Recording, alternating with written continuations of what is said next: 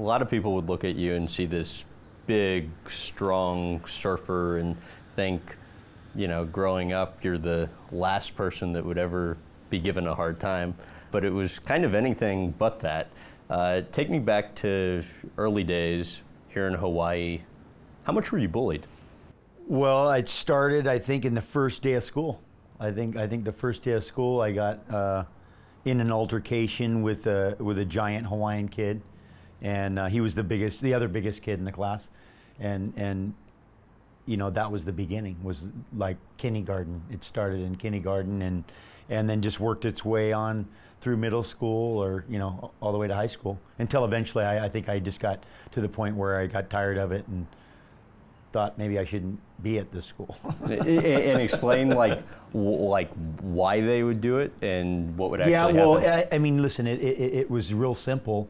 The reason why I was kind of picked on and picked out was I was just different, and my difference was that I was blonde and light-skinned, and which could have led them to think that I might have been, you know, a descendant of Captain Cook, the guy who ruined the Hawaiian Islands.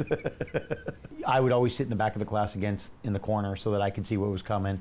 I still do that now. I go to restaurants with Gabby for dinner, and I just always want to sit in the back of the restaurant in the corner so I can see everything. It's just like an ongoing thing, and you know, it's not anything I think that many people haven't experienced in their life. It's just something that they might not connect to me. I think that's the confusing part. You look at me, you think, surfer guy and the beach, and you know, how is there any you know, kind of racism or any kind of, and it's you know, it goes across all you know, all platforms. So why would you stay away from the school bathroom?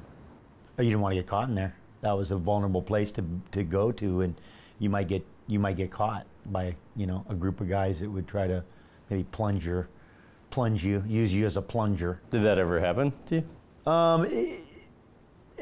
They attempted it. Okay.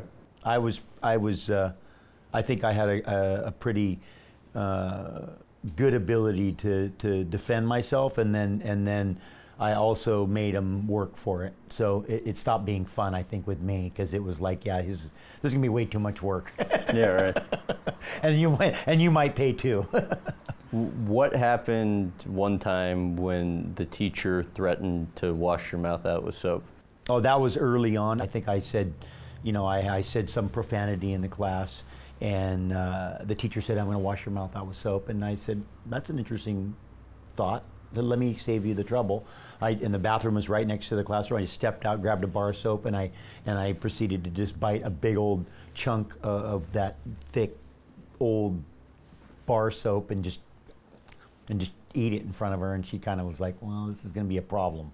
You know, he's not going to be able to be disciplined very easily. And that was just, I think that was part of just, you know, who I am. And didn't I hear you then end up like tossing all the desks out the window? Absolutely, yeah. Well, and then writing some bad stuff on the chalkboard with like what, charcoal. Just again, I think that was, you know, the rebel, like the rebellion in me was, and to try to divert the attention, divert the focus, like, you know, put it on the teacher, and then everybody would shift their attention, like, wow, what are you going to do to him now that he did that? And that would just take it off of me, even if it was just for a moment. And so I was trying to like figure it out, you know, figure out how to survive in that environment. And my instincts told me, hey, just do radical things and put it on them and see, you know, and everybody would shift their focus for a little while, and then it'd go back on you when the principal came and you'd run or whatever happened. What happened on what ultimately ended up being your last day of school? I got my head slammed in a desk, and so I threw the kid out. I pushed him out the window. It was a one story, of course, but I grabbed the guy, slammed him against the thing, and then I threw him out the classroom window. And but that was after my face got slammed in the desk. I was defending myself, and we went to the principal's office, and she suspended us both. And I was just like, I'm good with this. This system's served me about as long as it, you know, as I needed to. And then I just, you know, I had to go to work. My mom was a single parent at the time, signed me out of school, and then I went to work as little as I could, given that, you know, I'm a surfer. Right.